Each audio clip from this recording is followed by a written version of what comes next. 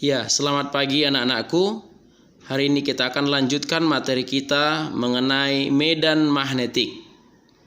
Medan magnetik adalah ruang atau daerah di sekitar sebuah magnet di mana magnet lain atau benda yang terbuat dari bahan ferromagnetik akan mengalami gaya magnetik jika diletakkan dalam ruang tersebut. Medan magnetik tidak dapat kita lihat secara langsung, akan tetapi dapat kita lihat dengan menggunakan serbuk-serbuk besi yang dapat terlihat sebagai jejak-jejak medan magnetik. Inilah yang kita sebut dengan garis-garis gaya magnetik. Jejak garis-garis gaya magnetik dapat kita lihat dengan menggunakan percobaan sederhana, yaitu ambil sebuah kertas, di bawahnya letakkan sebuah magnet batang, dan di atas kertas kita taburkan serbuk-serbuk besi. Maka akan terlihat jejak-jejak. Ya, serbuk-serbuk besi itu akan membentuk jejak-jejak seperti terlihat pada gambar.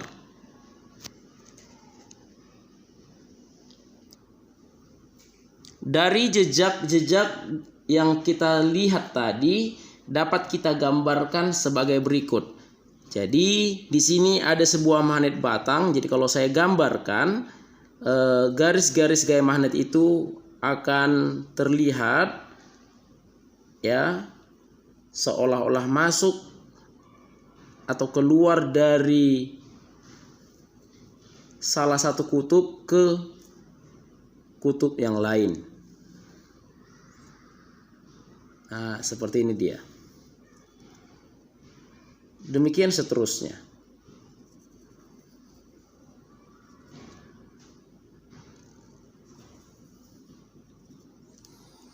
Jadi dari percobaan ini dapat kita simpulkan, ini masih banyak lagi ya. Jadi semakin lebar, semakin luas daerahnya, maka itulah yang menandakan magnet itu memiliki sifat kemagnetan yang besar.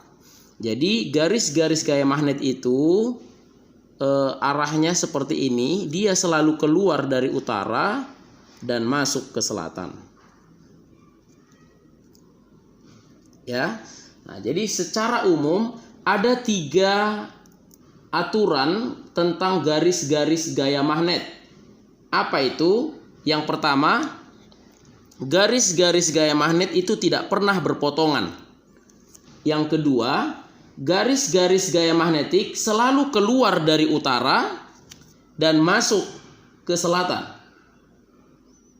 Kemudian semakin rapat garis-garis gaya magnet itu menunjukkan sifat magnetiknya semakin kuat. Sebaliknya, semakin renggang garis-garis gaya magnet itu menunjukkan sifat kemagnetannya semakin lemah.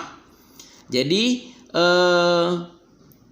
sifat kemagnetan yang lebih kuat itu berada pada tiap kutub-kutubnya. Karena di kutubnya ini garis-garis gaya magnet itu tersusun sangat rapat, ya. Nah, jadi bisa kita lihat dalam prakteknya kalau kita lengketkan, ya, atau kita taburi serbuk-serbuk besi di sebuah magnet, maka serbuk besi akan paling banyak lengket itu pada ujung atau kedua ujung magnetik itu. Itu menandakan bahwa sifat kemagnetannya yang lebih besar itu berada pada kedua kutubnya. Dengan pemahaman konsep garis-garis gaya magnet, mari kita lihat sifat dua buah magnet ketika didekatkan. Jadi ketika ujung-ujung magnet berlawanan jenis, ketika didekatkan dia akan tarik-menarik. Kenapa? Karena garis gaya magnet antar kedua magnet itu saling bersambutan. Jadi utara akan masuk ke selatan. Ya, dari garis-garis gaya magnet dari magnet pertama akan menuju kutub selatan magnet yang kedua, seperti ditunjukkan pada gambar. Ya, sedangkan pada dua magnet yang memiliki kutub yang senama, maka akan terlihat tolak menolak. Karena apa? Karena garis-garis gaya magnetnya tidak memiliki titik temu, atau justru bertolak belakang, sehingga dua buah magnet yang senama kutubnya akan tolak menolak. Nah, sekarang mari kita pelajari medan magnetik di sekitar kawat berarus listrik. Ya, Hans Christian Ørsted merupakan ilmuwan yang pertama sekali menyelidiki mengenai medan magnetik di sekitar kawat berarus listrik. Ya, jadi dia mau melihat hubungan antara listrik dengan magnet. Apakah mereka bisa saling mempengaruhi satu sama lain? Nah, jadi Hans Christian Ørsted merupakan ilmuwan yang pertama sekali menyelidiki ini. Ya, jadi perhatikan, dengan bantuan sebuah jarum kompas, ya, Hans Christian Ørsted melihat apakah arus listrik itu mampu menyimpangkan jarum kompas yang diletakkan berhimpit pada sebuah kawat yang berarus listrik. Jadi kalau dia menyimpang, itu artinya ada kutub magnet yang dibentuk oleh kawat yang berarus ini, sehingga dapat menyimpangkan, ya, jarum kompas. Nah, jadi dengan kondisi seperti ini, ketika kawat belum dialiri arus, ya, jarum kompas ternyata belum mengalami penyimpangan. Nah, jadi yang berikutnya, arus listrik dibuat mengalir dari atas ke bawah, ternyata jarum kompas menyimpang seperti ini. Ya, jadi dia menyimpang seperti ini. Oke, ini menandakan bahwa kawat yang dialiri arus listrik ini memunculkan sifat kemagnetan sehingga mampu menyimpangkan jarum kompas. Kita tahu sendiri jarum kompas itu merupakan magnet jarum. Ya, mari kita lihat penyimpangannya ini. Dan ketika kawat itu arah arusnya dibuat berlawanan, sekarang dibuat dari bawah ke atas, penyimpangannya berkebalikan dengan yang pertama tadi. Maka simpangannya jadi seperti ini. Ya, simpangannya jadi seperti ini. Nah, jadi untuk memudahkan kalian untuk mengingat, arah penyimpangan jarum kompas pada sebuah kawat berarus gampang saja, ya, gampang saja. Kita misalkan ini ada sebuah kawat, ya, arah arusnya ini kita posisikan posisi badan kita berdiri menghadap searah dengan arah arus listrik. Nah, jadi utara kompas akan berada di sebelah kiri kita. Nah, inilah dia misalkan, ya, lebih gampang saya menjelaskannya. Saya berdiri di sini menghadap ke atas. Berarti sebelah kiri saya sebelah sini, sebelah kanan sebelah sini. Jadi dia selalu berada di sebelah kiri. Ya. Nah, jadi kalau dia di sini, dia akan begini. Nah, coba kita balik gambar saya ini, ya, supaya gampang kamu memahaminya. Ya. Nah, jadi sama seperti tadi, ini saya posisikan saya berdiri menghadap ke sana, maka utaranya selalu berada di sebelah kiri.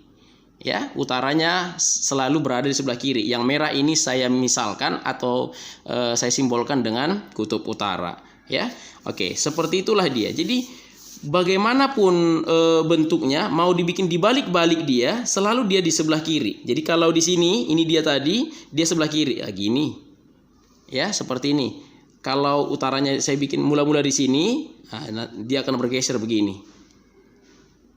Ya, nah, kalau begini dia akan begini. Kalau seandainya kompasnya saya putar begini, dia akan selalu begini. Selalu utaranya berada di sebelah kiri. Oke, nah, seperti itu untuk memahami ya, sehingga gambar ini bisa kita gambar ya, kita gambar seperti ini. Inilah utaranya, ini selatannya. Ya, kalau dia di sini,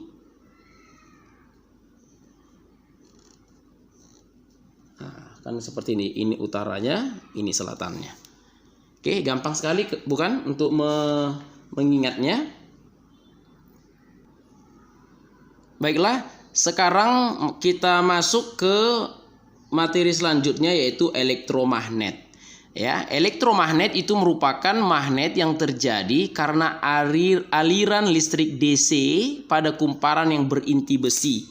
Nah, jadi perhatikan, ini merupakan cara membuat magnet teknik yang ketiga yang sudah saya ajarkan di pelajaran kita terdahulu. Ini ada sebuah inti besi, ya. Kita liliti dengan tembaga. Lilitan itulah yang kita sebut nanti sebagai kumparan. Ya, kemudian ujung-ujung kumparan ini kita hubungkan dengan sumber arus listrik DC. Ya, nah, perhatikan ketika kita buat di sini kutub positifnya, sini kutub negatifnya, maka dia akan mengalir seperti ini. Ya, jadi inti besi ini akan menjadi magnet. Ya. Nah, jadi kutub-kutubnya saya sudah jelaskan pada pertemuan sebelumnya. Jadi kalau ini ada inti besinya, maka ini akan menjadi kutub selatan dan ini menjadi kutub utara. Kalau arah arusnya seperti ini. Ketika polaritas baterainya kita balik, yang positifnya di sini, ya.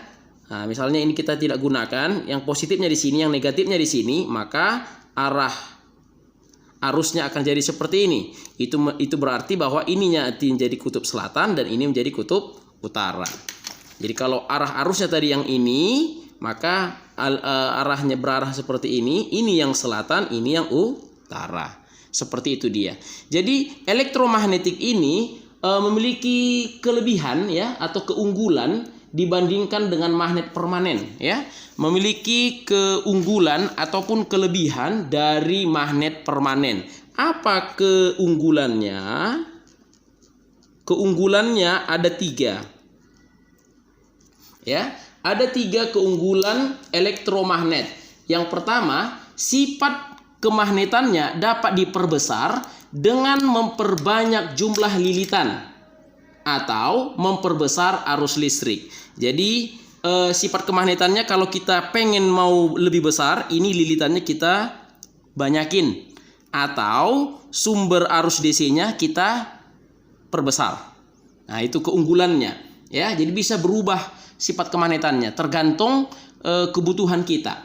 Kemudian yang kedua, sifat kemagnetannya juga bisa kita hilangkan dengan cara simple, yaitu memutus sumber arus DC tadi. Nah, jadi sifat kemagnetannya dapat hilang dengan cara memutus arus listrik ya, yang dapat menimbulkannya kembali dan dapat dimunculkan atau dibuat jadi lagi magnet dengan cara menyambungkan arus listrik. Nah, jadi bisa dibuat jadi magnet, bisa tidak jadi magnet dengan seketika. Dengan cara apa? Menyambung dan memutus sumber arus listrik. Kemudian kutub-kutubnya ya, kutub-kutub magnetnya dapat ditukar. Nah, jadi kalau di sini tadi selatan, sini utara, ketika polaritasnya seperti ini. Ya, baterainya seperti ini. Ketika baterainya dibalik kutubnya jadi seperti ini, kutub magnetnya juga akan terbalik atau bertukar. Jadi ada 3 keunggulan ya, ada 3 keunggulan atau kelebihan elektromagnet ini. Yang pertama tadi, sifat kemagnetannya dapat diperbesar dengan cara memperbanyak jumlah lilitan atau memperbesar arus listrik. Yang kedua, sifat kemagnetannya dapat dihilangkan dengan cara memutuskan arus listrik dan dapat ditimbulkan kembali dengan cara menyambung arus listrik. Dan yang ketiga, itu tadi adalah kutub-kutub magnetnya dapat ditukar. Dengan cara apa? Dengan cara mengubah arah arus listrik tadi atau membalik baterai. Ya. Nah, itulah merupakan keunggulan dari elektromagnetik. Ya. Jadi alat-alat yang menggunakan atau peralatan-peralatan dalam kehidupan sehari-hari yang memanfaatkan elektromagnet ini adalah yang pertama bel listrik, ya, galvanometer, pesawat telepon, dan juga pengangkat besi, ya, pengangkat besi di pabrik-pabrik recycle, ya, daur ulang. Jadi di situ mengangkat besinya dengan cara menggunakan magnet dengan teknik elektromagnet. Nah, jadi itu tadi dia pemanfaatannya, ya. Satu tadi bel listrik, kedua galvanometer, ketiga telepon, dan yang ketiga alat pengangkat besi. Nah, sekarang mari kita lihat materi yang berikutnya, yaitu gaya Lorentz, ya. Jadi ini ada kaitannya dengan yang sebelumnya. Gaya Lorentz ini merupakan gaya yang terjadi apabila kawat penghantar berarus listrik berada di dalam sebuah medan magnetik, ya. Nah, jadi prinsip ini merupakan prinsip yang prinsip kerja sebuah peralatan listrik seperti bor listrik. Jadi bor listrik itu berputar, ya, ketika kawat berarus listrik tadi berada di dalam sebuah medan magnetik. Jadi besar gaya Lorentz ini bergantung pada 3 hal. Yang pertama itu adalah besar medan magnetik, ya, besar medan magnetiknya. Kemudian yang kedua, besar kuat arus listriknya. Besar kuat arus listriknya. Nah, jadi tadi kan sudah dibilang gaya Lorentz itu terjadi apabila kawat penghantar berarus listrik, ya, berada di dalam medan magnetik. Sehingga medan magnetiknya berpengaruh, kuat arus listriknya juga berpengaruh. Dan yang satu lagi, itu gaya Lorentz dipengaruhi oleh panjang kawat penghantar, ya, panjang kawat penghantar. Nah, jadi secara matematis gaya Lorentz itu dapat ditulis dengan persamaan F itu adalah gaya Lorentz, ya, B kali I kali L. Nah, ya, dengan keterangan F itu adalah gaya Lorentz, B itu adalah kuat medan magnetik, nanti satuannya Tesla, ini satuannya Newton. Kemudian I itu adalah kuat arus listrik, satuannya ampere. Dan kemudian L itu adalah panjang kawat penghantar, satuannya meter. Nah, ya. Nah, jadi peralatan dalam kehidupan sehari-hari yang memanfaatkan gaya Lorentz itu adalah satu tadi bor listrik, kipas angin, blender, mixer, hair dryer, mesin penyedot air, dan juga mesin cuci. Nah, ya, jadi itu merupakan peralatan dalam kehidupan sehari-hari yang memanfaatkan gaya Lorentz, ya. Nah, kipas angin, bor listrik, blender, mixer, hair dryer, mesin penyedot air, dan juga mesin cuci. Nah, jadi untuk melihat arah gaya Lorentz, ya, untuk melihat arah gaya Lorentz itu memenuhi, supaya gampangnya kita gunakan kaidah tangan kanan, ya, kaidah tangan kanan. Perhatikan kaidah tangan kanan itu. Nah, jadi kamu semua punya tangan kanan, pergunakan tangan kanannya. Jempol itu, ya, jempol itu merupakan arah arusnya, ya. Kemudian 4 jari yang lain itu merupakan arah medan magnetiknya. Sedangkan gaya Lorentz itu adalah yaitu arah telapak tangannya.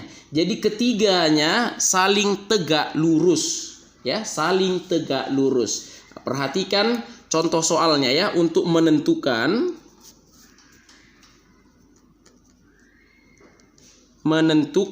arah gaya Lorentz.